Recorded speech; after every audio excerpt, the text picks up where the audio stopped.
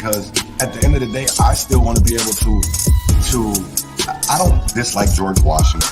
I don't dislike even some of the most racist people in history. But I want to know their history, but I also want to know not only that, you know, hey, they were whatever, but I also want to know about the Shirley Chisholms. I also want to know about the Frederick Douglasses. And not even Nat Turner. I want to know more about Nat Turner than him just being some revolutionary. I want to know the Nat Turner that was out in the fields. I want to know the Nat Turner that grew up as a kid. I don't want to know just the narrative.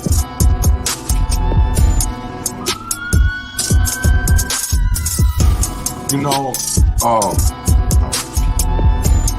tuned in, starving and stuff.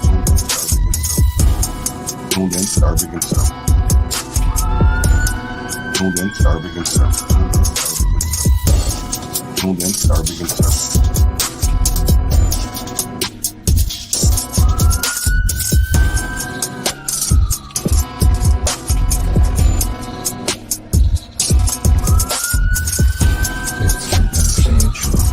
Tuned in, starving and stuff.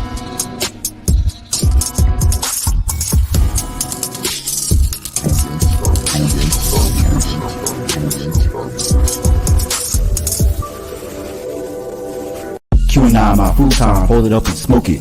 Transgression, a progression of a war we ain't asked for. Transgression, a progression of a war we ain't asked for. It's madness, yo. All the things that we could talk about. Call it. But let's talk about these urban circumstances real quick. And basically, it's we got this. So, Revolution. winner is frosty hand. Muhammad is the famed name, forever stand. Standing on royal fusing of justice for the few, ridiculed by the pale terrorists bent on genocidal obsession, rooted in fear of neglection and abandonment, fueled by nightmares of ancestors' jealousy.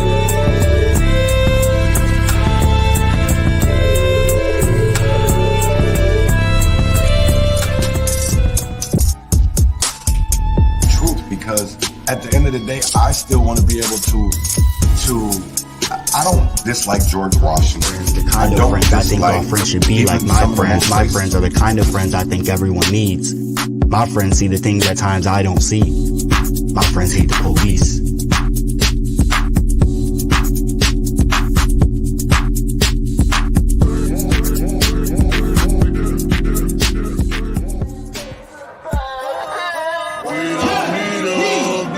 What has changed? Are deemed the criminals, and the blacks are deemed the criminals. Shut up for help. Reflection ain't nothing but the inner child trying to see you. You gonna look?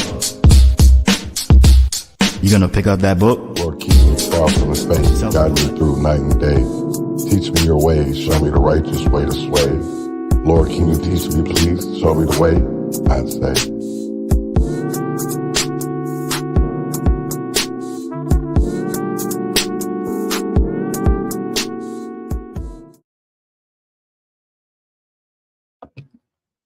Good morning, good morning, good morning, good morning, good morning, good morning, good morning, good morning.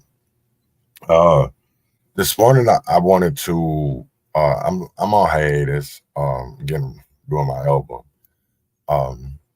But I went to an event last night that was, let's talk about racism. And man, I don't even know where to start, because I feel like we always have these conversations on the daily. It's not on the daily, but it just seems like anytime that we sit here and something comes up, right? What's the first thing that people want to do? They always want to get together and do a town hall. They want to get together and talk about the issues, right? But it's like they only want to talk about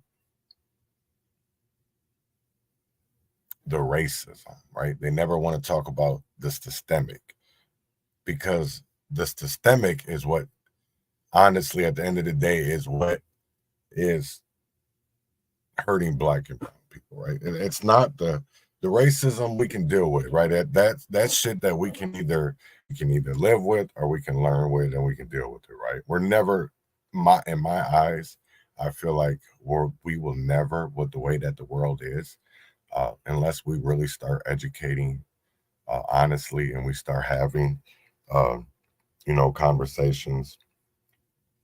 I don't think, and honestly, it's beyond conversations at this point. It's way beyond just having a conversation for me anyways. But I wanted to play a video because I wanted to explain um, the difference between racism and systemic racism. Because when we're talking about racism, right? Because what I took from that last night, right? This event in Rochester that is not in our town, right? In which Rochester isn't a town, it's a city. But for me, the way that I perceived last night, and again, this is just my opinion, is they wanted to talk about the individual racism that's going on, but never talk about holding their boss accountable, the system, right? So that's what I want and to see, and hopefully that people understand we're never going to be able to change individual racism. The only way we're going to be able to do that is through education and compassion and understanding. Otherwise, we're never going to be able to get when it comes to racism. So I want to play this video.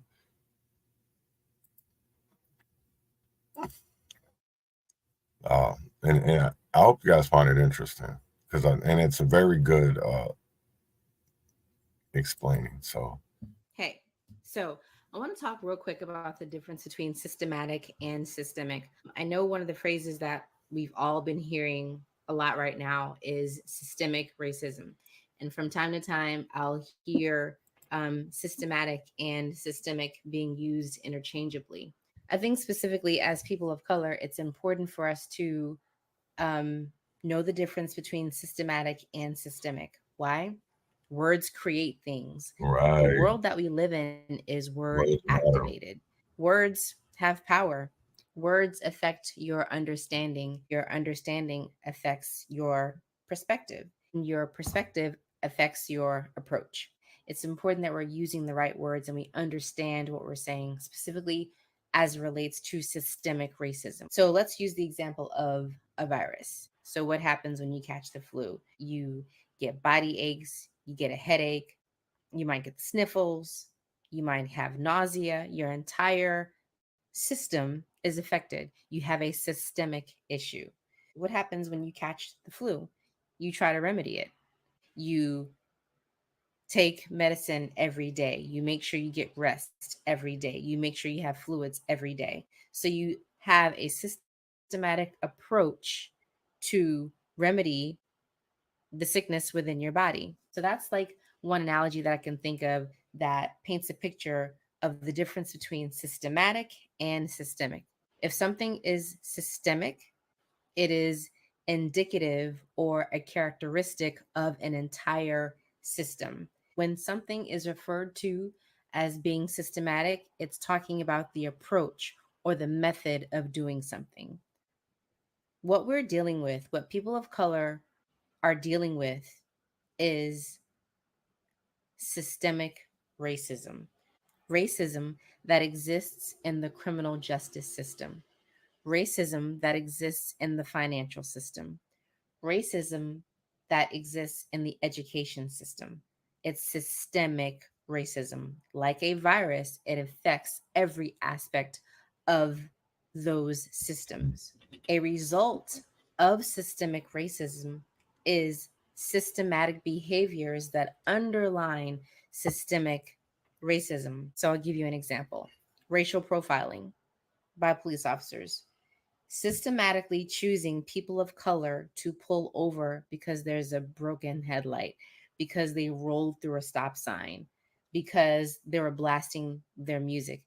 That is a systematic approach racism in the education system, not allowing people of color in certain schools, not ensuring that they have proper school supplies, not ensuring that they receive proper funding, systematic discrimination in the financial system, redlining districts, ensuring that people of a certain demographic don't live in a certain neighborhood. So, generally speaking, systemic racism is racism that exists in an entire system. That systemic racism perpetuates systematic discrimination against people of color. Having said that, when we eradicate systemic racism, we will eradicate the systematic behavior and approach that underlines it.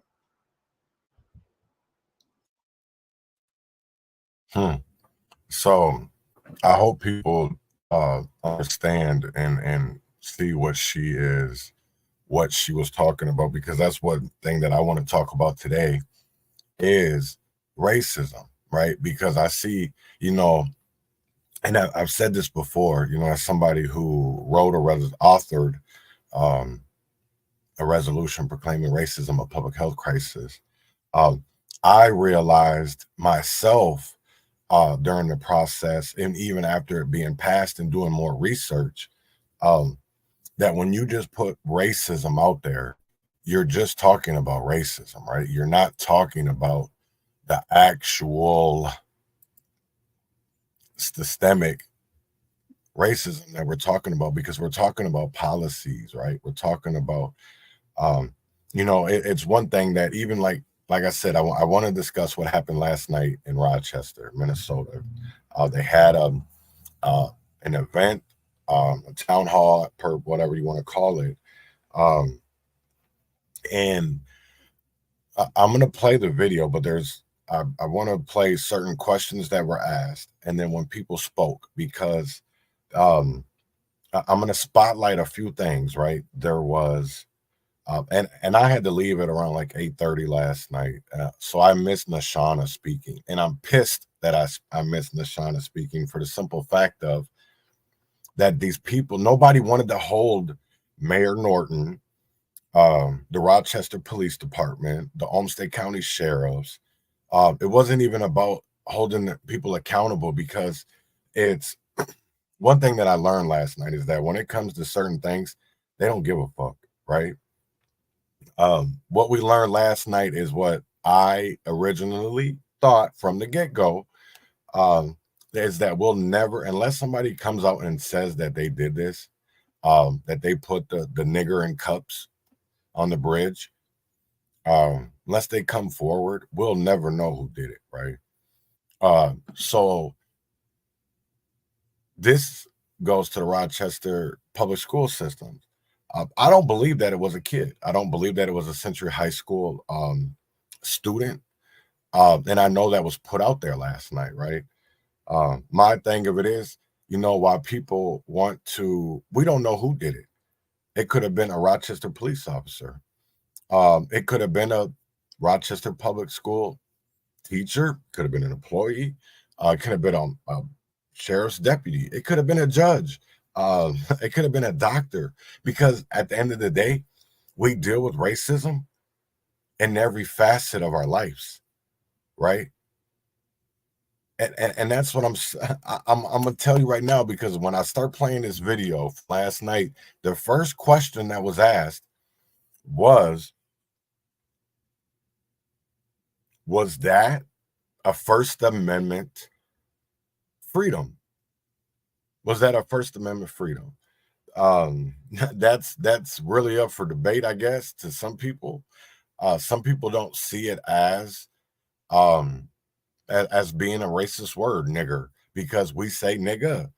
And that was brought up last night. People were like, well, and I don't know if that was brought up in a broad sense. I think it was more brought up in side conversations. But I will say this, there is a difference between nigger and nigga. There is a difference, right? And this is why I say words matter, and this is why I wanted to talk about racism and the fact that there is different, because words do have meaning and words have power, and that's one thing we as Black people have to understand. Because one thing that was said last night was, Wale, who is ahead of the Negroes Always Asking Caucasians Permission organization. We know it as the NAACP, right? But he goes up there and says that he's a Black person of color, and I want to say this is what frustrates me, is because nobody called it out, right? And then it's when you say certain things, people look at you sideways, or they look at you funny, right? And it's like, why? We might have a difference of opinions, but at the end of the day, everybody that was up there, that was these so-called panelists, right? You had the white mayor, you had the white superintendent, you had a white representative from the police department, you had a white sheriff, and none of those people up there like to even hold their colleagues accountable, right? Because when it came to Olmsted County Sheriff Deputy Matt Adamson, Corporal Matthew Adamson, who was trying to have sex and probably did have sex with young kids, and yet when that was brought, when he was busted by an individual that does pedophile predator type shit on YouTube, they charged him and wanted to get him, instead of actually investigating the evidence and everything that he brought to them. And it was like they demonized the individual who came forward because of his past, and not the present behavior of one of their colleagues. And that really just blew me away, because of the simple fact they go up there and they talk about accountability, but yet people die in Mr. Torgerson's jail every year because of the simple fact of that some of them are Black and they don't believe that they have medical issues, or that they're faking so that people die. And we don't take that serious. Or we have representatives, hospitals like Mayo Clinic, that are a big fucking part of the problem, and people don't see that. They don't call out the individuals that die in Mayo Hospital for unknown reasons that shouldn't have died. And that, what's crazy, that is going to come out one day. And because here's the thing of it is, everything that I'm saying, the individuals that have been, bless up, brother, bless up, that have died in Olmsted County Jail, these stories will come out one day. Please believe that. These stories with the Mayo Hospital, Mayo Clinic, of a patient being beat up, a Black woman being beat up and dying. She went in. This is the crazy thing of it is, man, I'm telling you, all of this shit will come out, and people will be like, damn, is Mayo Clinic? Yes, that shit will come out. So they only want to talk about the Minnesota nice, but they don't want to talk about the real fucking issues. So let me start playing this video, because this shit, it blew me, man. I gotta.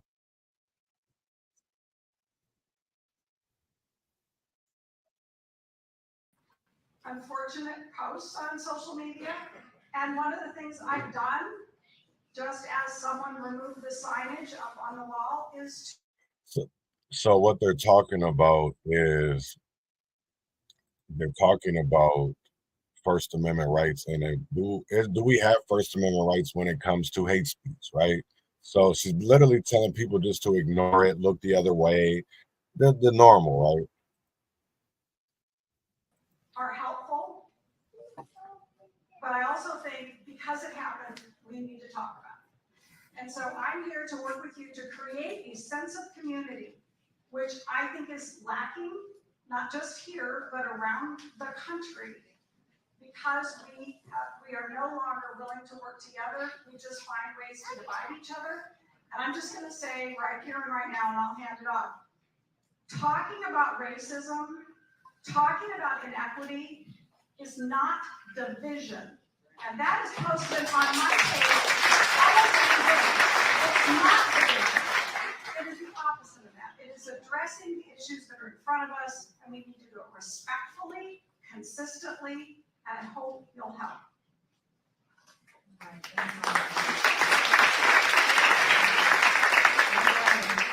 Anybody have any comments? We have a question? A comment? Please come to the microphone.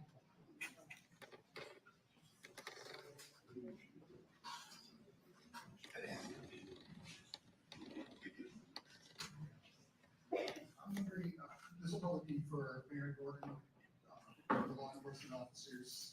What happened is completely deplorable, and he didn't describe his terms. Is there a law that we can actually prosecute on, which is covered under free speech? I'm going to hand it off to the police as well, but we are in a dilemma right now in this country trying to decide, particularly with social media. This was not social media, but particularly with social media. What is your First Amendment right to say what you think, and what is hate speech and detrimental to a community? And I'm very concerned about where we're at. I think I was really disappointed in the last Supreme Court ruling, and I hope, at least on the social media end, they would empower us to be able to control our own social media accounts, and they did not do that. I've been told by the chief, and I'll let law enforcement say, but if we knew who had done this, because this was a question that was asked, if we knew, charges could be pressed, but it's a misdemeanor, right? That's what it is. It's a misdemeanor charge. So I don't know, that doesn't help us here, right? That doesn't help how people feel. So we've got to find other ways to deal with this, how we feel and how we're gonna move forward. So yeah, I just, again, the mayor pretty much covered it. Again, one thing I know is whoever put that up there was intentionally causing harm to this community. So whether that's a crime or not is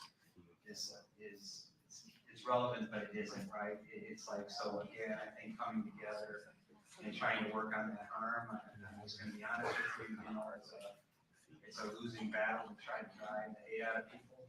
So again, I think we need to focus our work in community building and inclusiveness and making people feel welcome. So the harm is lessened, it will never be removed, but the harm is lessened by use of terms that are offensive, that are have historic connection to oppression in a system that doesn't always work very well for everybody.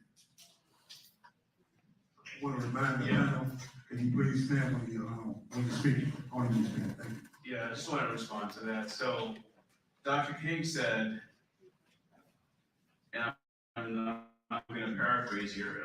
It's yes, you may not be able to force somebody to love you, but if we can stop them from lynching people, that's important too. So there is a role for law enforcement.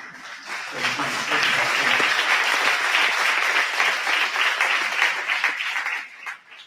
whether it's a misdemeanor, we have to hold people accountable. So it's not just a kumbaya conversation. We have to hold people accountable.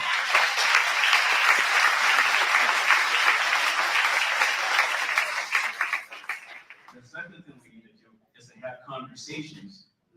Our kids are being traumatized by this. Business owners are being traumatized by this. And community members are being traumatized by this. So this is not a little deal, this is a big deal in terms of what kind of community do we want. Now, together as a people, we can certainly do that. But this is not a, well, we have no idea who did this. Maybe these are knuckleheads or maybe this is a community member. It doesn't really matter who did it, but we from the NAACP tell you, if you know something, say something. And it's not about being punitive, but let's use this as a learning opportunity because it's this, things like this really hurt the fabric of our society. And that's what we don't want. And so we need to do this in partnership with law enforcement, we need to do it in partnership with the city, the county, and we definitely need to do this in partnership with you. So we are saying not in our town. This is not something that, started from the end of WorkCP, but why reinvent something? So not in our town will our children be unsafe, not in our town will racism exist, and not in our town will we make sure that we have a society where there's discrimination. So we all want to focus on love, we want to center on love, but we also have to talk about this. This is not just a kumbaya, there's a lot of hurt, in the community right now.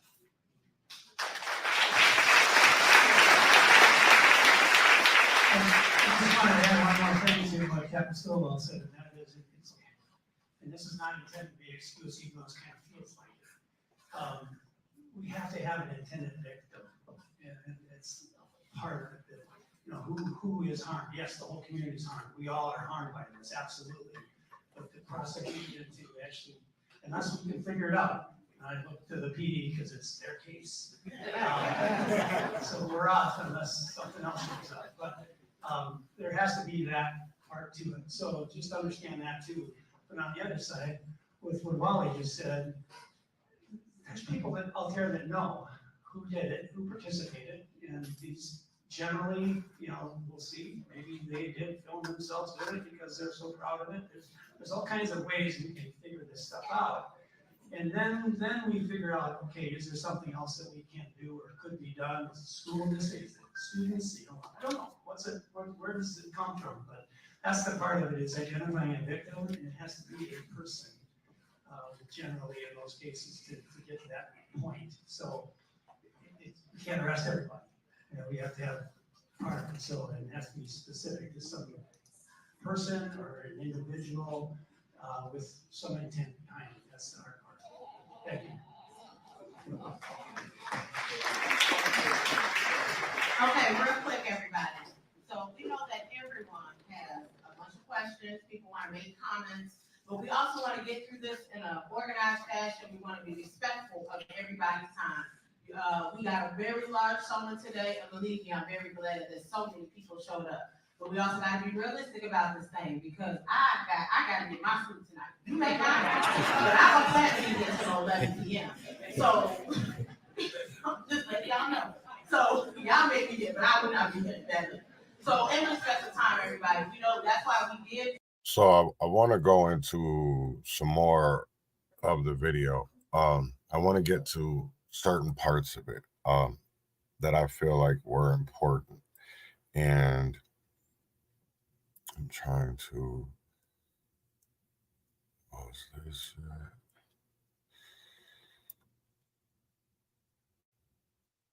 Okay, here's the other one.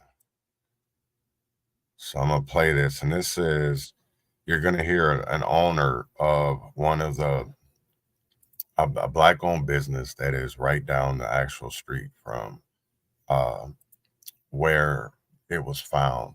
So I want to play this real quick and just listen to Michelle speak. About how we prepare our students to see diversity as a positive and to be anti-racist. I think it lets us off the hook, because then you can think, well, it's a kid, it's developmental, they didn't understand what the N-word means. They may not. In today's society, it is not a stretch to think that a fully grown adult put that up there. And so I want to say, we are thinking about what this means for us, for our schools. But I said to some of the colleagues I talked to today, I don't think we should let the community off the hook by thinking this was something that just a knucklehead kid did, because we don't know.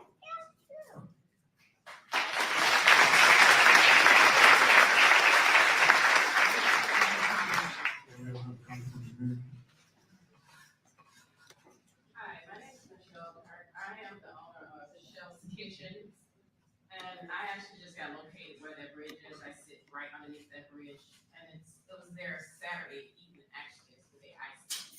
I was really busy. I didn't think anything of it other than Facebook goes straight to social media, is where I see all the posts and things like that. But I'm actually thinking about relocating because of that. I don't want to, but I feel like I just started there not even a month ago, and now I'm seeing slurs like that on the bridge. So it's offensive, it's intimidating, and it's, when I close at 9 o'clock. I'm by myself most nights, and it's kind of boring. And so, yeah, I just hope that it can take into consideration that something is actually being done.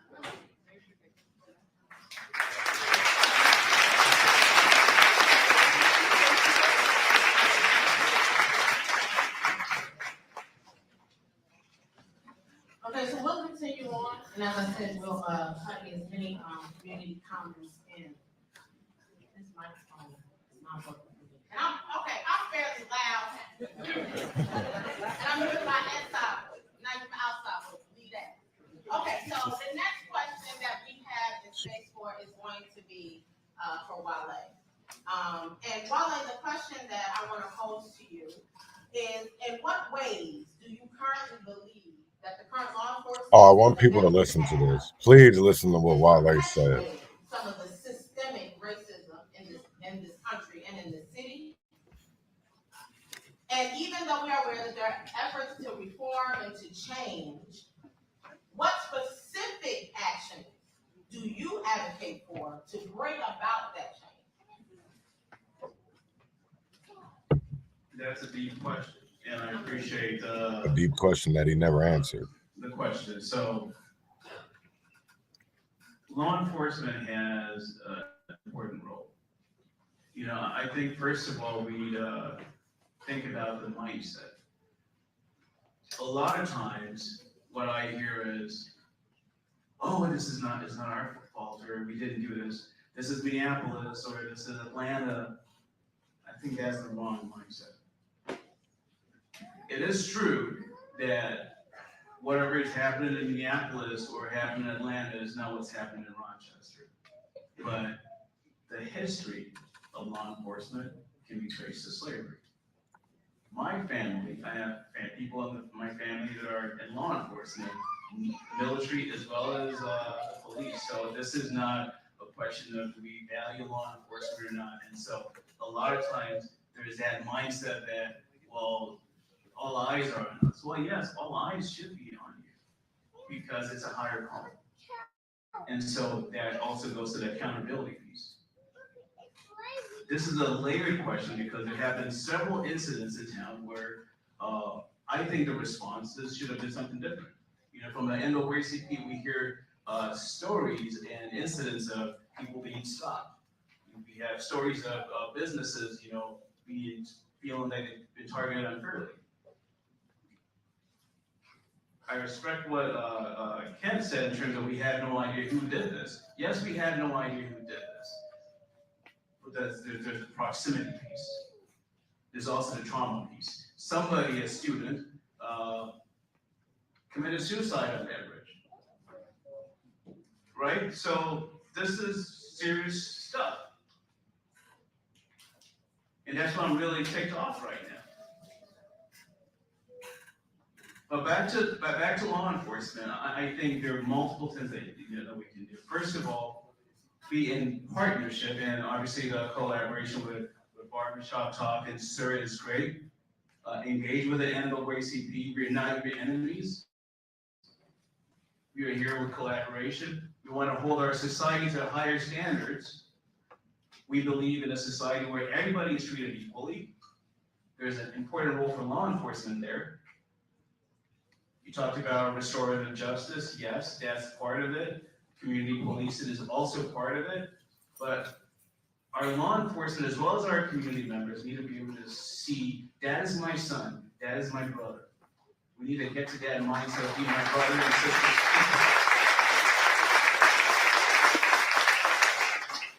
If we do that, again, that's the mindset. If we do that, then if you're stopping somebody, well, I'm seeing. Hold on. I want to get to another speaker it was Annie Mac.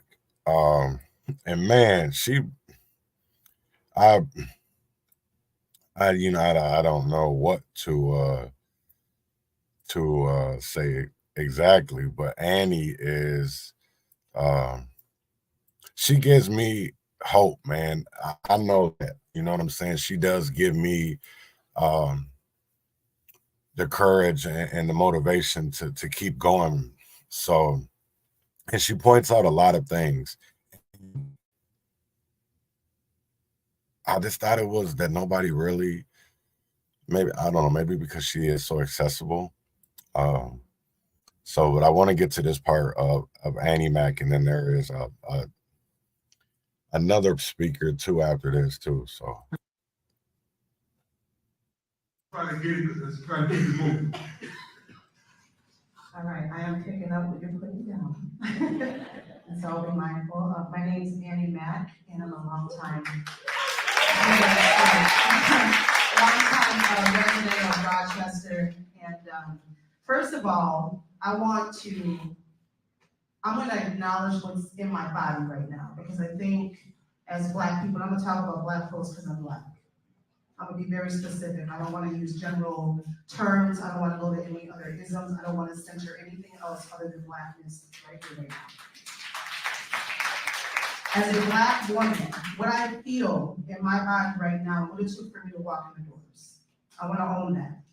Because in order for me to survive in this culture, in this climate, I have to put down, when I walk in a space, I have to put on a shield, a front. I have to take the things that make me human.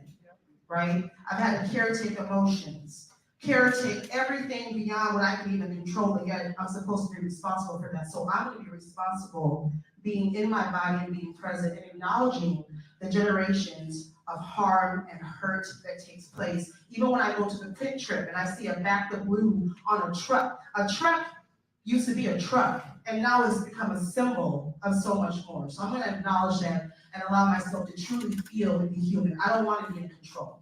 Because when I was in control, when I downplayed the rage that I had, when I had to assimilate in order to survive within this, I started to die. My hair started to fall out.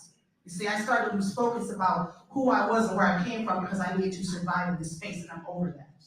So tonight, I'm going to honor that. My decolonization, my liberation. I'm past equality. I'm past equity. I'm looking for liberation at this point. And if you know your history, you understand that your liberation, we can't be friends. We can't collaborate. I don't want you to be a part of my healing nor my liberation. You can't show up in that way. So when I hear words like collaboration and partnership, you're asking me to step back into a space that I had to work really hard to survive. And I had rage about that. I don't want to hear that. What I do want to hear is accountability. And even beyond accountability, I want shit to be burned down. I'm open. You know what I'm saying? I don't want to be a part of the shit. Listen, I'm gonna get real with y'all. Real. This incident, horrific, harmful, but if you know, you know. Right? We have been there, saw that. We know it's a symptom of the insidious and not so insidious, covert, overt shit that has been taking place. Right? It's been normalized. If you're not enraged, if you don't feel something, we need to examine that. You know, that's one thing that that I think for a lot of people it went over their heads, right? Because of the fact that people should be enraged, right? There's not going to be any accountability. The city isn't using this as a teaching moment. They're using it for a clout moment. I'm going to say that again, right? A clout moment. And I'm going to get into that after that, why I say why this was, for me, this wasn't about actual getting to the core issues of racism, because we don't need to be talking about individual racism. Only way we're going to change that is through education, in which they don't want to educate our children. So let me be quiet and let Miss Mac speak. Oh, there we go, that shit again. Here's the thing. People, white supremacists, I'm gonna use specific language, are making their way to this space because we don't check and hold accountable to the extreme. They are making their way. When I drive as a musician, I see all kinds of stuff. Not even 5 minutes outside.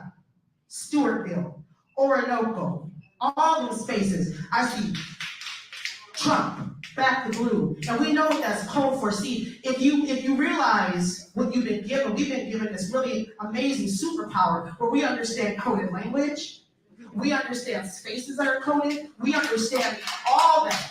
And we make you polite to your face and make you feel like, well, we're hip, I'm hip. And I will speak on behalf of those who hold that superpower that we've been given for our survival.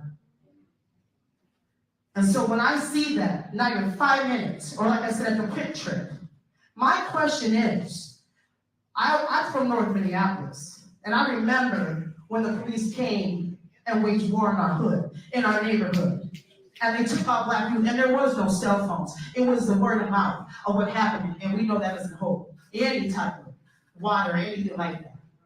I witnessed the gangs that fought back against the cops, because we were being picked off left and right, coming up into our houses, instilling fear, terrorizing us.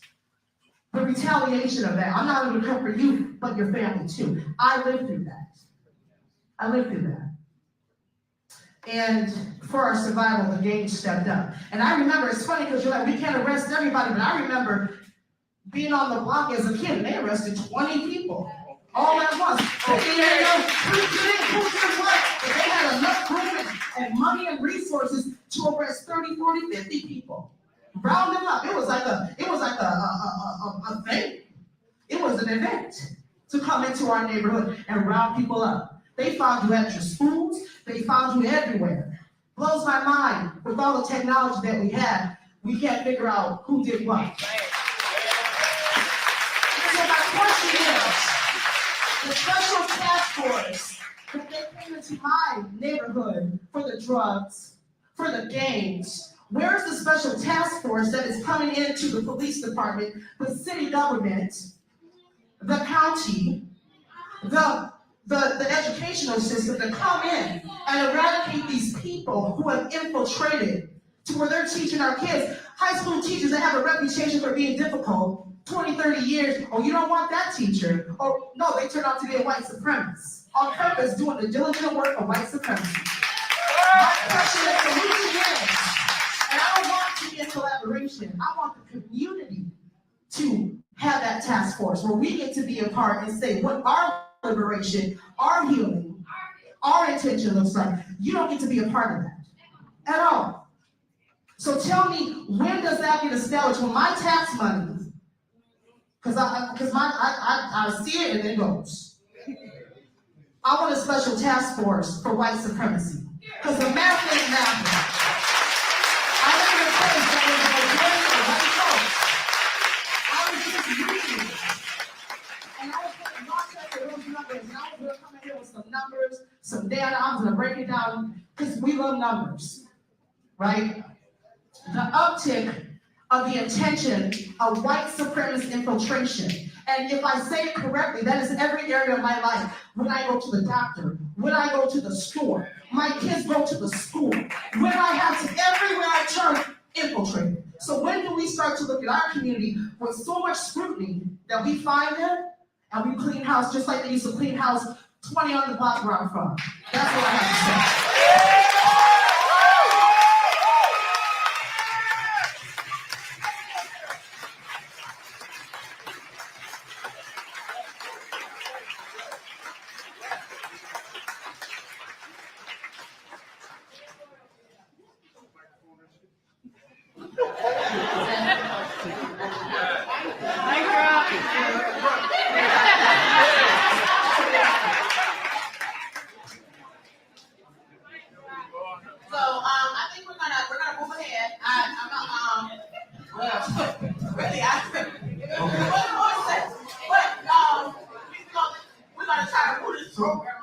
So before we move on, is there anyone that want to comment on any next question?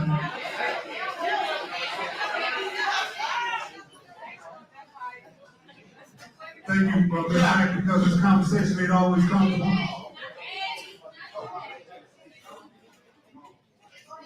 The conversation ain't always comfortable, but every voice is important. Now, I'm just going to say that I understand where Andy is coming from. That's trauma. What you're hearing is trauma. When we go into the doctor's offices, that's how we're treated. when we go into the stores, that's how we're treated. And that's deep-rooted trauma. You know what I'm saying? But at the end of the day, we still need to find a way how we're going to be able to move forward from that trauma. You know what I'm saying?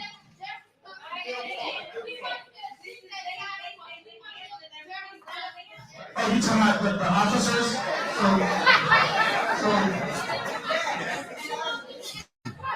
So there was a question about holding an accountability committee, a task force, a special task force for accountability to identify the racism in the system and also in the community that attacks different directions and visible areas.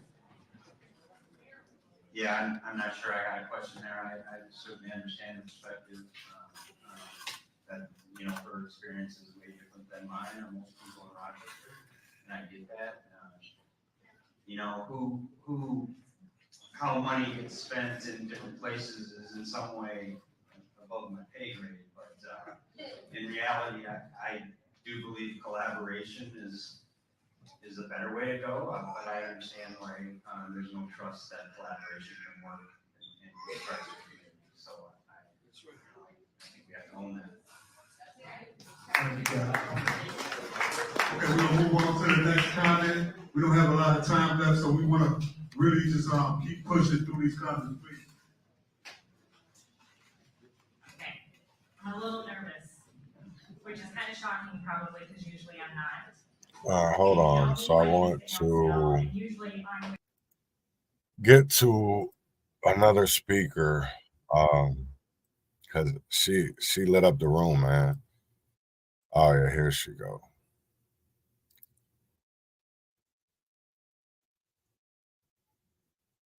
So I'm gonna play this.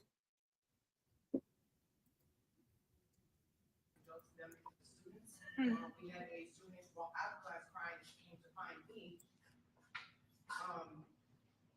Nothing was done.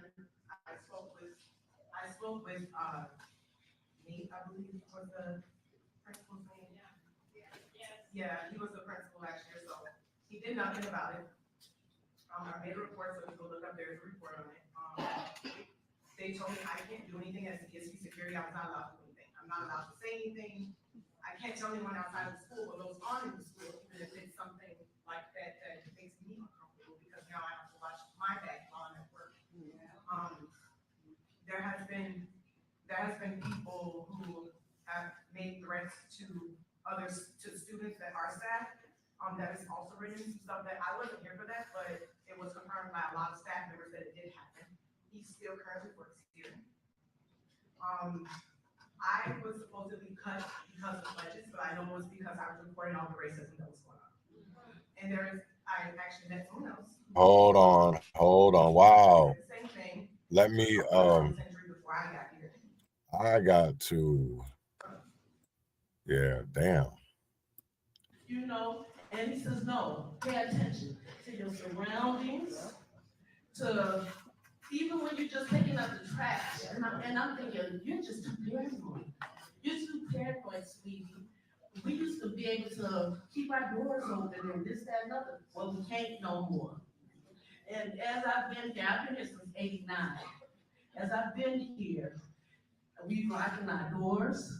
We're hearing about shootings. We're seeing bodies in the ditches. And this is causing me fear. I love Rochester, but I need for things to not continue to progress. So pay attention. I know it's the last thing. We used to have neighborhood, no, seriously, for everybody. We used to have neighborhood watches and all that kind of stuff. You probably still do because you have a good neighborhood party and stuff. But really and truly, you don't have to be a part of an organization. It used to be that when I grew up, we knew our neighbors. I've been in the same place for 3 years and I don't know, the community police itself. I've been in the same place for 3 years and I don't even know my neighbor's name. All I know is, hey neighbor, because that's the type of person I am. And then yes, they respond and stuff. Pay attention, get to know your neighbors, get to know the things that's going on in your community, because we can do something.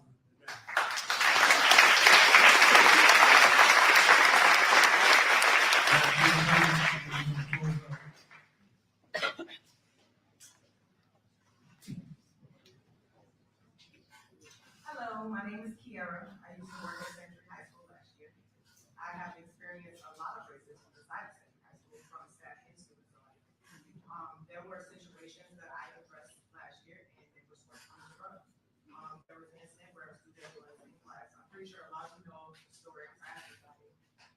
There was a kid who passed away from going to knock at the wrong door and got shot. I think we all know this story. They were talking about it in class, and I guess the teacher thought it was okay to start cracking jokes to them and the students. We had a student walk out of class crying. She came to find me.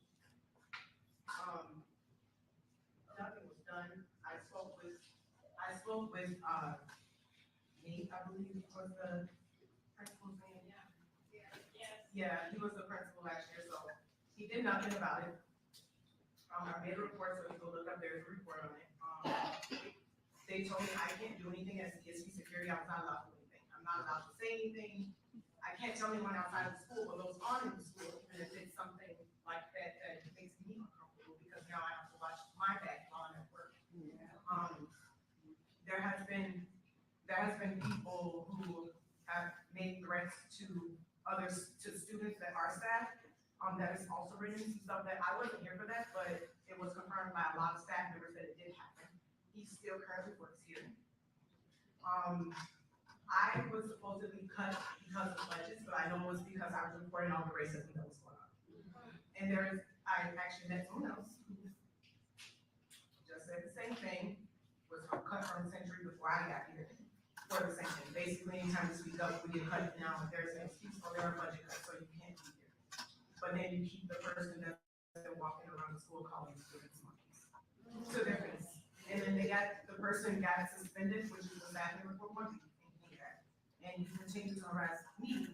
Once I found this out, I looked at him completely different, didn't want to talk to him. So I dealt with that. There were situations where students would get into it with each other and the principal would push it under the rug. It's not a big deal. Or the time that the assistant principal got in my face and pointed and talked to me like I was a student in front of students for telling the student she had to go to class and she didn't like how I delivered the message. There was a lot going on last year. I'm actually happy that you guys cut me because I was not comfortable. I didn't really desire to come to work because of everyone else. I desired to come because of the African American students, anyone of color who did not have someone who looked like them to work. I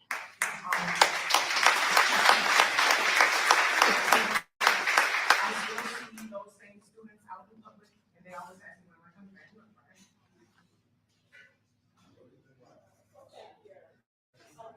They always ask me when I'm gonna come back because they're not comfortable here. They go through so much. So seeing that sign up there is not a shock for me. It was just, this is my moment to come and speak for those kids.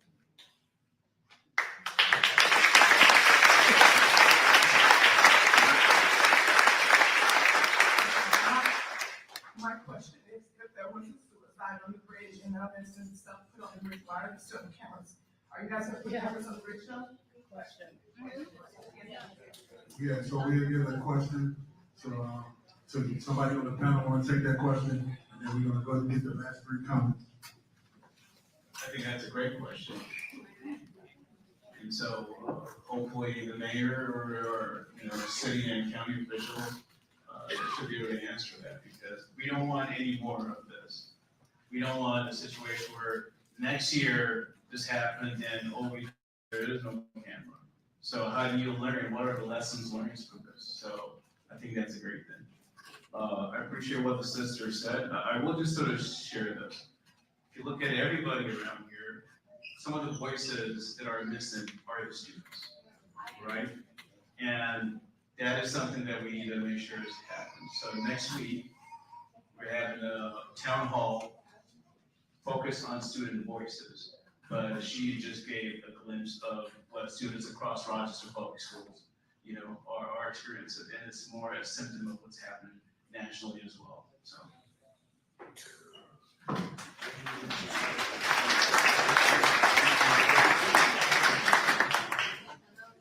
Everybody, hope I'm louder. I too have anxiety, and I was not cut from Century High School. I actually was forced to resign from Rochester Public Schools.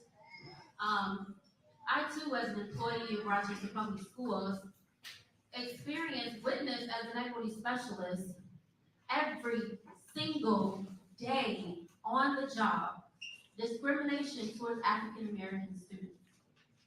And every time I reported it, I received some form of being reprimanded. This caused a lot of severe anxiety for me. I also serve as a community leader. I run the Journey program. I founded this organization to help underserved youth and people who don't have a voice. So social justice and advocacy is the core root of the work that we do. One thing I can say is that a lot of you faces up here today have at one point of time supported the work that we've done. And most recently, we've held a lot of town halls concerning this particular situation surrounding the Black community. I like to tell people, I don't like to use the word BIPOC because they like to take the B out, which stands for Black. As a Black woman, I felt like I had to leave this town that I've served for 12 years from being stalked. I've had everything from social services called and reported on my children, my job threatened, my housing, my mail stopped. The discrimination goes far, but it's not about my personal situation because I got me, right? I'm being dealt with, right? I got me.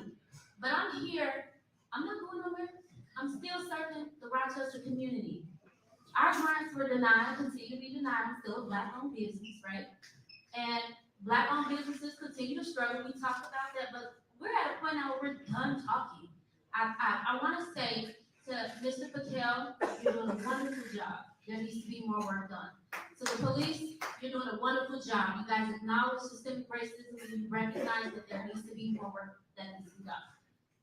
Mayor Norton, you show up, you understand that there's more work that needs to be done. Thank you, Wale, for putting this together as well as Barbershop Talk. But I want you guys to understand who I am in my history. I come from the basements of the south side of Chicago of Operation Push Coalition with Reverend Jesse Jackson.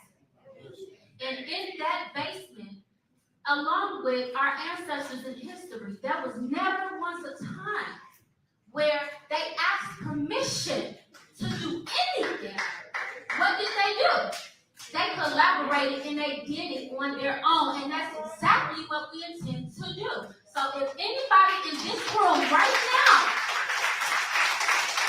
wants to connect with the Journey program and any other Black, B-L-A-C-K, and let me reiterate that, this doesn't mean if you're not Black, you can come in solidarity and help us. If that means forming a 501c3 to create that task force that Andy Mack stood up here and talked about, because they all have jobs. They all have their own policies. They have their own guidelines. The same way that Officer Silva stood up and said that, imagine that he didn't have his uniform on. A lot of them, believe it or not, that's how they have to do their job.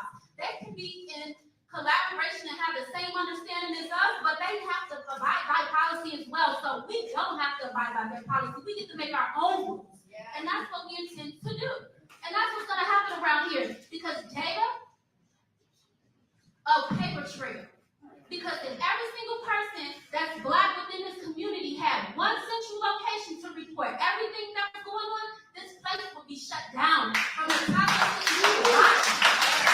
So from this day forward, the mission of the Journey program is to organize as many people as possible to create this foundation where we can start supporting people who are being affected by systemic racism in Rochester. Look us up, connect, collaborate with us.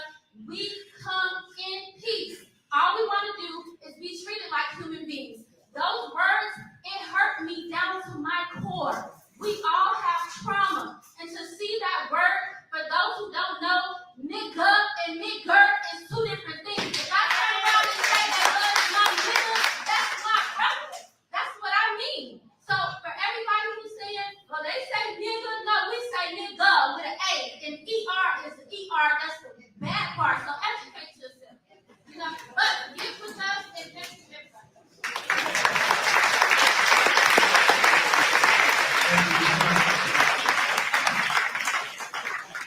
One more time.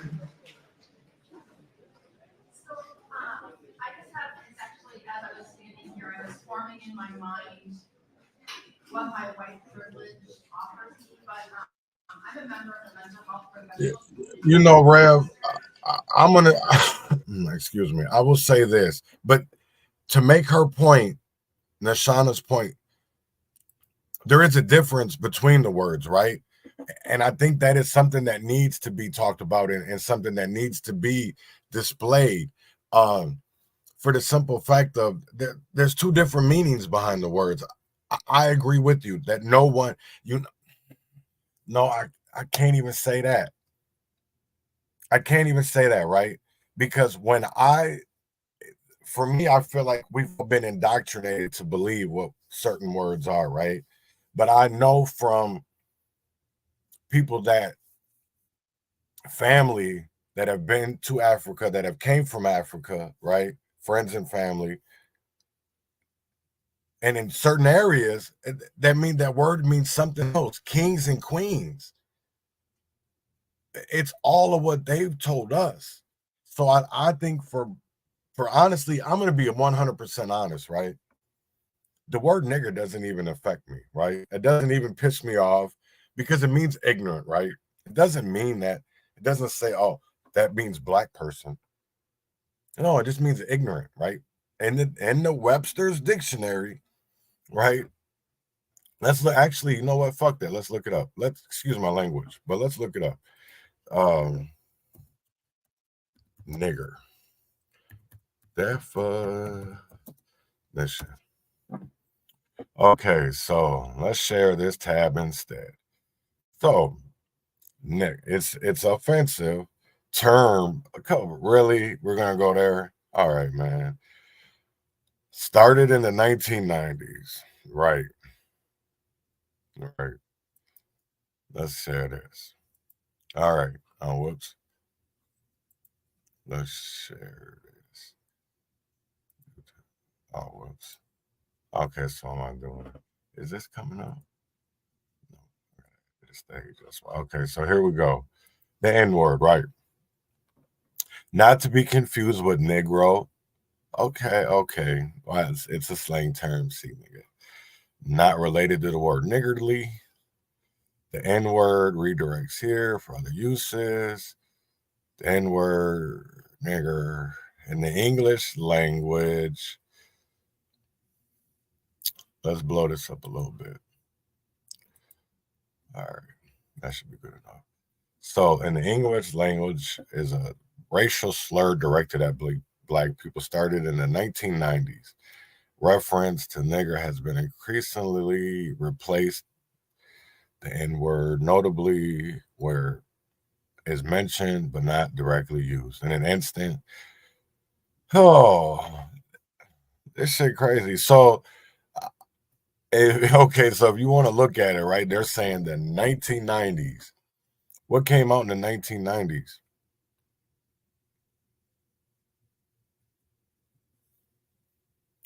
Right.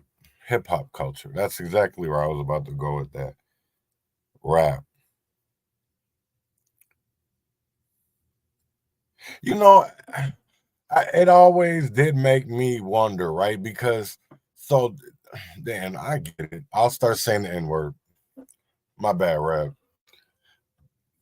But when we sit here and we do look at that, look at how it was used in terms of, let's say, literature, right? Because I know teachers that have like Richard Pryor. Oh, definitely Richard Pryor. Oh yeah, I'm not saying that we know I've seen videos from my family in the 70s of them saying the N-word to each other. Right, Eddie Murphy. There were so many more. Red Fox. we know it. You know, I just don't find the word offensive. I think we can learn more from it because for me, I feel like it's all about opinions and how you look at people, right? Because I don't see nobody as being ignorant, right? I don't see that as yes, it's offensive, right? And it has a way um but I don't I would say this, right? Because I've had a what hell of a wake up experience. You know, I was sitting there in a debate yesterday. You know, because we're doing an event on 30th. I shouldn't even say an event, an initiative, because that's what it is. We're not just doing this for an event. This is Operation Hug the Block is for 90 days. We're doing it the whole summer, right? So, um,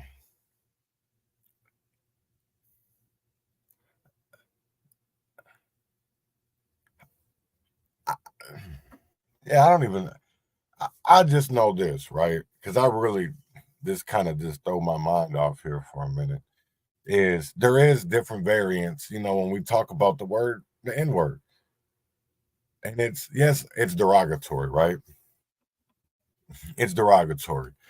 We can all agree to disagree, but I think where I was going with that is I was over here dazed out for a minute thinking about something. Um, right. Oh yeah, we definitely it's definitely yeah, them spaces be a trip. And that's the one thing that blows my mind is how is it'll be funny though, because I'm gonna tell you right now, the Trump people, right? The niggas for Trump, the blacks for Trump, after that little interview his son did yesterday, and now they were talking about reparations by two immigrants that have no basis to be talking about reparations. I don't even know why it was brought up in a conversation. Uh, but I hope that people look at that and really see that why do we have people talking for us and speaking for us that have no part of it, that have no part of it, that have no parts of it, right? And that's the one thing that, you know, even having conversations with, you know, just like in Rochester last night, the people that got up and really didn't find the N word to be offensive were white people. The two white men that got up that thought it was a First Amendment right. And I know I didn't play the other white guy, but yeah, there was another white man that got up. And it just blew my mind. But then in my mind, I don't even understand how the community's in an uproar over some words, but yet we have all the disparities in Rochester with your kids when it comes to education, when it comes to wealth, when it comes to poverty. And we don't get into uproar over that, but for the simple fact that there's the N word on the bridge. And the only accountability that we could potentially get from that from the justice system. Oh, I know. I know. I know, Rev. I know. I hope. That's all we can do is hope. And at the end of the day, I'm going to be 100% honest. Let me finish this thought and I'm going to get into your comment because it's not even about accountability. What's going to happen with the N word isn't even about accountability because it's a misdemeanor, right? But what about our brothers and sisters who have felonies wrongfully and unjustly and who were this is the one thing that I want people to understand because we're not calling that out. We're not calling out how the Rochester Police Department uses people inside the community and they pay them to be confidential informants and our taxpayer dollars pay for that. Nobody wanted to speak on how you had a Olmsted County sheriff out here talking to little girls and the Rochester Police Department and the Olmsted County Sheriff's Department didn't want to do anything until the FBI came in and they busted him. Then they wanted to do something. When they did a sting. Nobody wants to be held their system accountable. And that's why I say this, even the resolution that I have in Red Wing, Minnesota, proclaiming racism a public health crisis is bullshit. Because it fights that those resolutions are aimed to fight one kind of racism that we can never fight, right? We can never fight somebody's mind. We can never fight the way somebody thinks. Not by legislation, not with some papers, right? So that's how I know that the Democrats that our system isn't serious about change. Now, to get in the Reb's comment, I definitely agree with you. And I think people see reparations in all different aspects, right? I will say it like this. My case would be differently than everybody else's case, right?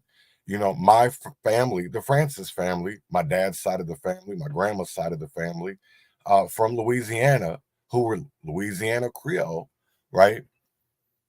Had sugarcane operations that were taken, that were stolen, right? My uncle was wrongfully convicted and executed not once but twice, Willie Francis.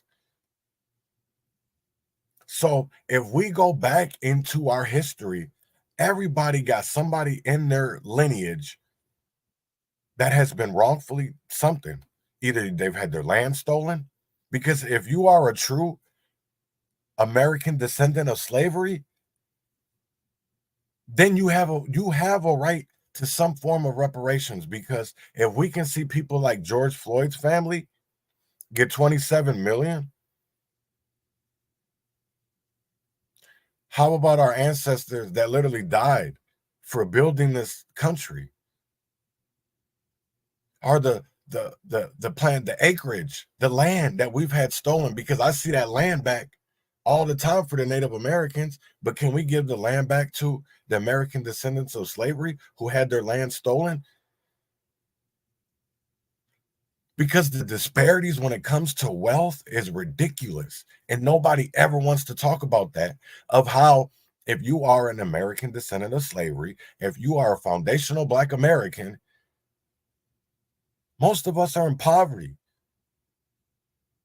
How is it that you see other people that come over here and put businesses in our community, liquor stores, because you don't see that in Minnetonka, you don't see that in Edina, right? You don't see that in Chanhassen. You don't see liquor stores on every corner. Shit, you don't even see that in Rochester, that there's a liquor store in every corner, but in certain areas. Just like with Red Wing, in certain areas. But nobody ever wants to just see the fucking bigger picture. They want that type of chaos, because I'll tell you right now, if you can be a drug dealer and live good in Minneapolis, right? But take that shit out to the suburbs and live a little bit too large. You think they're going to allow that? Why do you think there's more people sitting in jails for drugs in the rural areas that are Black and brown than in Minneapolis, right? They'll just get them a ticket, boom, boom, and be done with it, right? Hell no, you get caught in these one little Peckerwood areas. Right. No, right. And that's what's crazy, because that's like the dude from the NAACP in Rochester wanted to bring up Dr. King twice last night.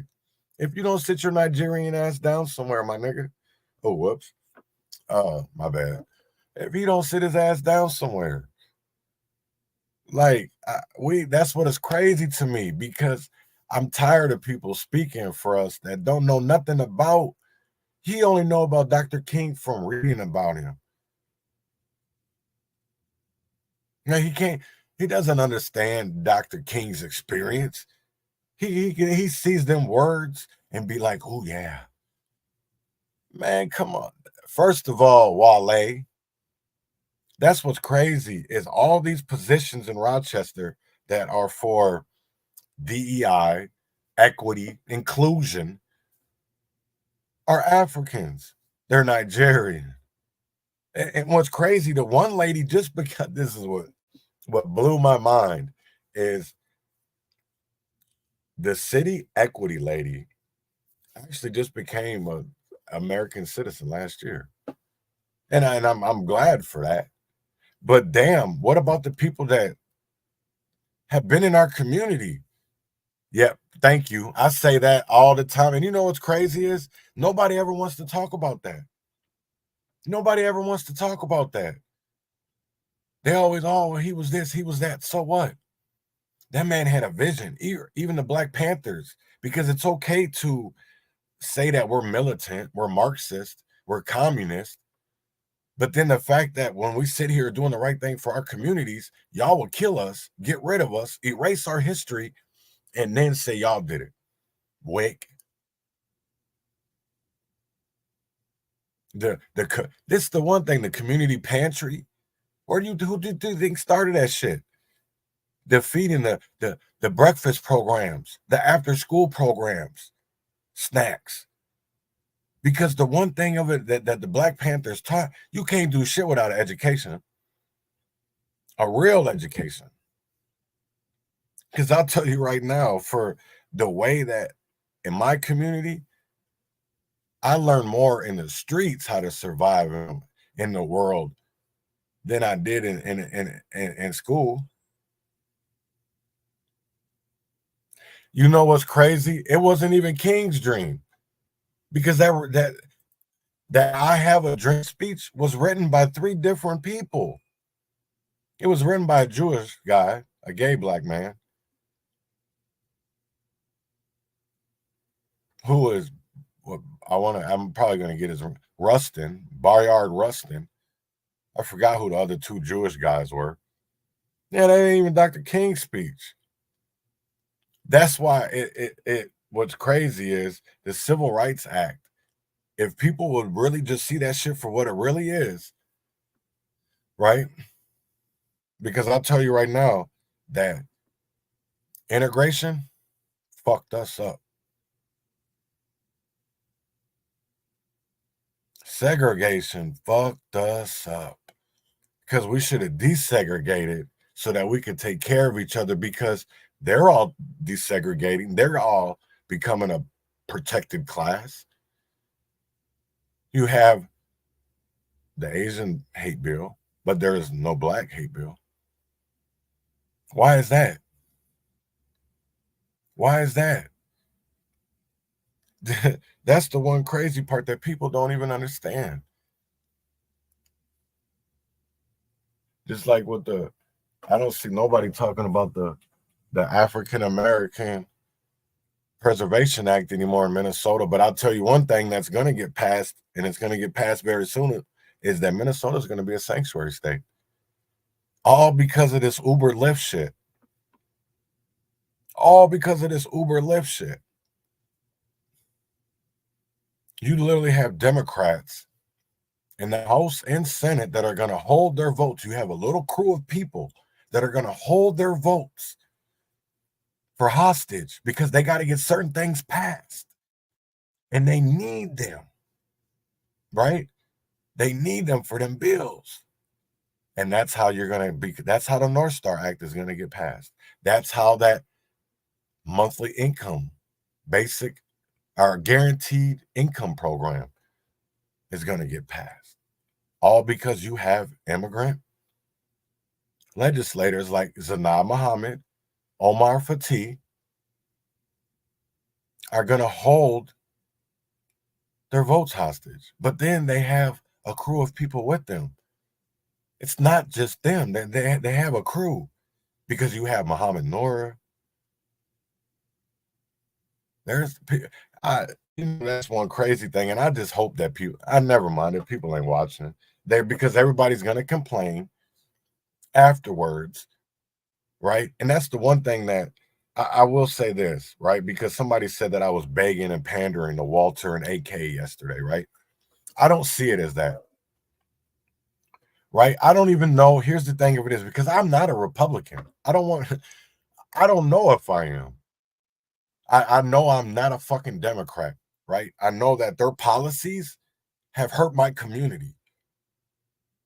They have made our communities generational victims and gave us that victim mentality instead of that victor mentality, right? All because of legislation. And that we've had to feel like we need this or we need that, when the whole time we haven't. If we just understood, if we understood our history, if we understood where we came from, because we are kings, we are queens. That's the one crazy thing of finding out all the land that my family owned between St. Martinsville Parish in Louisiana and Port Arthur. It blew my mind.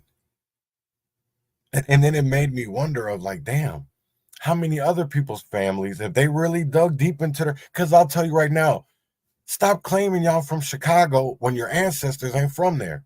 They from down south somewhere. That's what people really need to understand. Do your lineage. Do your history. Find out where you come from. Find out where your roots are at. Because I'm finding out that, damn, yeah, Minnesota's my home. Like, yeah, I was born, raised here, right? But my grandparents weren't. I'm finding a hell of a story as I go through my family's history. A hell of a story of finding Black business owners way before the Civil Rights Act.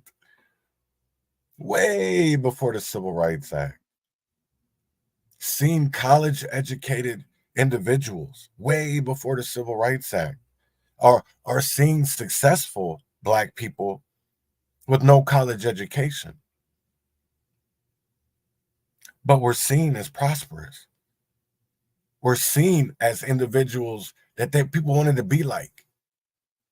Because talent, God's gifts, have gotten us to where America is today. And yet, have we ever been fully paid for our ancestors? Have we? Because I miss going to go get Aunt Jemima pancake syrup. Or Aunt Jemima Uncle Ben rice. I miss that shit. And we have to understand that yeah, it was probably done wrong, but let's fight to get that family more money, an equal share of the profits of something that their ancestors built. Right? Let's not get rid of, because all we're allowing them to do is erase history. We're allowing them, all because of something that we feel might be detrimental or hateful.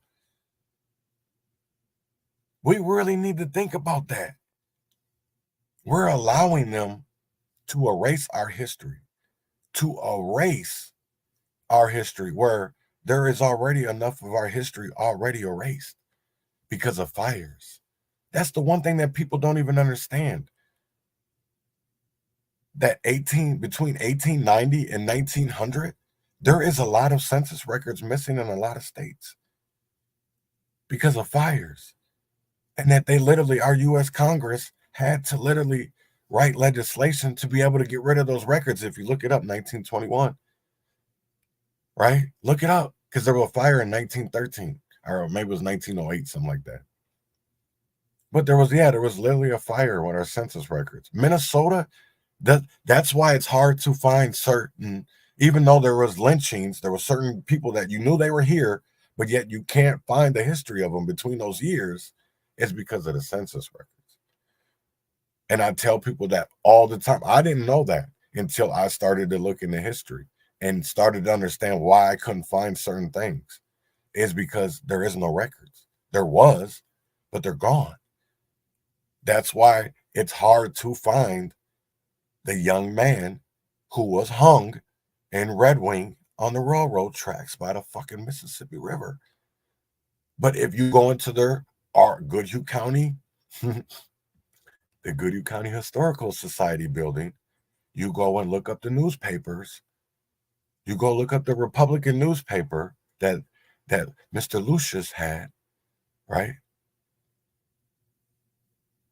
Or you look up the race riots in the railroad tracks that year of 1893, and you'll see, oh wow, damn, there really was a riot in Red Wing.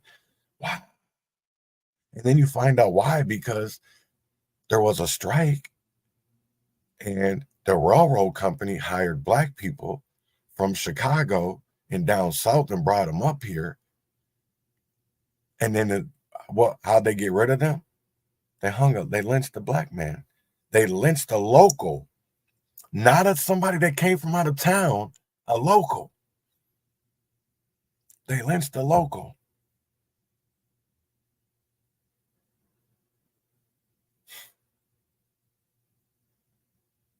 So yeah, it's not them about them wearing masks, because yeah, the mask been covered back. We've been unpeeled the mask a long time ago. We know that they were teachers, right? We know that there's judges. We know that there's doctors that don't like us, right? But we also know that there is a system in place that protects them and not us, protects their privilege, right? They're right. All because of it, not because of their race so much, but because of a title. And that's what I don't believe there is a white supremacy. To me, it's a supremacy system to oppress poor, but especially when it comes to Black Americans, because they don't want us to get our fair share. They don't ever want us to be equals. They don't ever want to be seen as people that came from slaves. I'm going to keep it a buck. I'm going to keep it a buck. They don't ever want to be seen as people that came from slaves, that got whipped if we didn't listen. Why do you think they be so eager when we fuck up to arrest us, to put us behind bars, to put us in spit masks, or to hog tie us? Because I don't know how many goddamn videos I done seen body cam footage of every time a police officer get a Black man handcuffed, of how that motherfucking grin turned smiley. I got me one. Let's have that conversation. So I am on hiatus. I just did this because I feel like I needed to talk, and I'm hoping that people do come out. And it's not about just speaking anymore, right? Because I want people to remember this, and this is another reason why Black Lives the Streets is doing Operation Hug the Block, right? And we're not just hugging the block on 36th and Penn. This is about North, South Minneapolis. This is about Minneapolis as a whole. This is about the Twin Cities as a whole, right? About Minnesota as a whole, because I'm hoping that just like when we did this in 2021, but now that we know we're better set up, right? It's to reach people regardless of wherever you're from. Doesn't matter if you're from Arkansas, because we've had people in 2021 and in 2021 that were out there on 36th and Penn that were from Arkansas, that were from New York, that were from California. So if those type of people can literally come out here and join us, because they joined us from the George Floyd uprising, and we formed a bond, and those bonds maybe not be the same anymore, but that doesn't mean that we still can't get that unity, right? Because I'll tell you right now that I'm reaching out to everybody. That doesn't even matter if these people don't like me. You know, people are asking me, can they do it publicly, share it publicly? Yes. Why should I be scared to come out? Why? This isn't about me. This is about protecting our communities. This is about making America's streets safe again. This is about taking our streets back, about us taking our communities back. This is about us holding our communities accountable. This is about us holding each other accountable. Because there is $1.1 billion. $1.1 billion. And are we going to see change? Because I shouldn't see posts coming from schools, Black charter schools, begging for money to teach our kids, because the system won't do it. I shouldn't see posts about people talking about homeschooling your kids when our taxpayer dollars, and we have a whole public school education system. Let's correct that, right? Because people have lost their kids for taking their kids out of school. Yeah, the system is fucked up. I agree 100%, but let's change it. Let's call it out. Let's stop just letting this shit to go on. Because right now people should be pissed off about the 28 employees that were just fired at Google, for the simple fact that they were tired of Google having business dealings with Israel and the things that they're doing. Right? Because we have to understand that even our taxpayer dollars are paying for a genocide, are paying for a war that affects us, that is going to affect our kids, that is going to affect our loved ones. Because are our kids going to be called to go to war? Because how many people are going to allow their kids to go to war, knowing that they're going to go fight something that we shouldn't be involved in, that we're literally funding on both sides? Because how you give money to Iran and Israel? That makes no fucking sense to me. That makes none. How do you give? That's what's crazy. But what's crazy is it happens here in America too, right? Because they fund the criminals with guns and drugs, and then our taxpayer dollars fund the police departments to combat it. Yeah, I'm gonna say it again. Our government causes the violence, causes the Drug Enforcement Agency, the ATF, the FBI, the CIA, the Alphabet Boys. So I just want people to think about that. If they weren't bringing guns and drugs into our community, we wouldn't have a guns and drug issue. Let that sink in. If they didn't bring the guns and the drugs in, we wouldn't be having these issues. We wouldn't be having these issues. If they would really take the war on drugs serious, because right now the shit that they're doing is play. It's laughable. It's comedy. It's humorous. It's literally like watching a movie, because that's what we're dealing with.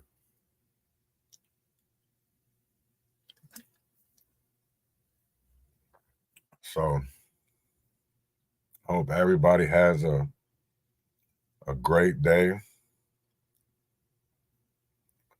I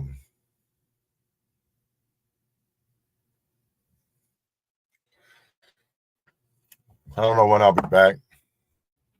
About a couple days. You know how it goes. There is an event going on this Saturday in Rochester at 11 a.m. By Century High School. I think people should get involved, and not just because there was a sign, but because we should be tired of this shit. We should be tired of the racism, right? We should be tired that we have to continually having these conversations and we get nowhere with it. Because when is the next town hall? Are they going to wait for the next? Because just like Nashana said, we were literally just at a town hall talking about racism, talking about the problems inside of our community that continually going on today. But what's crazy is that was state representatives that were there. At that one, you had CMAH,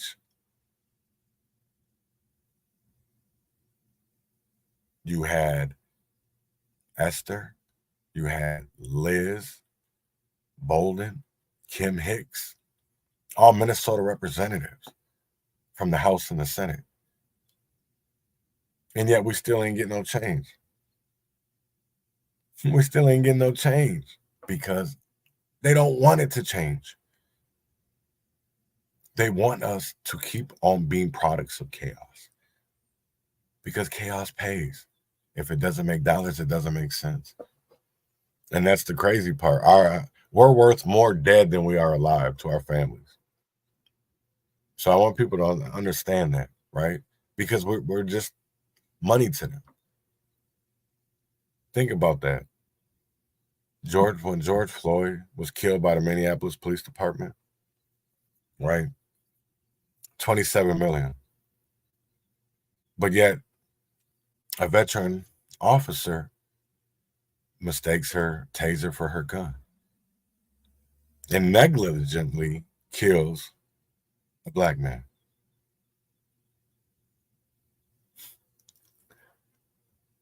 God, fuck this stream. Oh yeah. Oh yeah. Crazy ass people on Rumble. But just think about that. Think about that. 27 compared to 3.5. A little shade under 3.5. And then the age difference.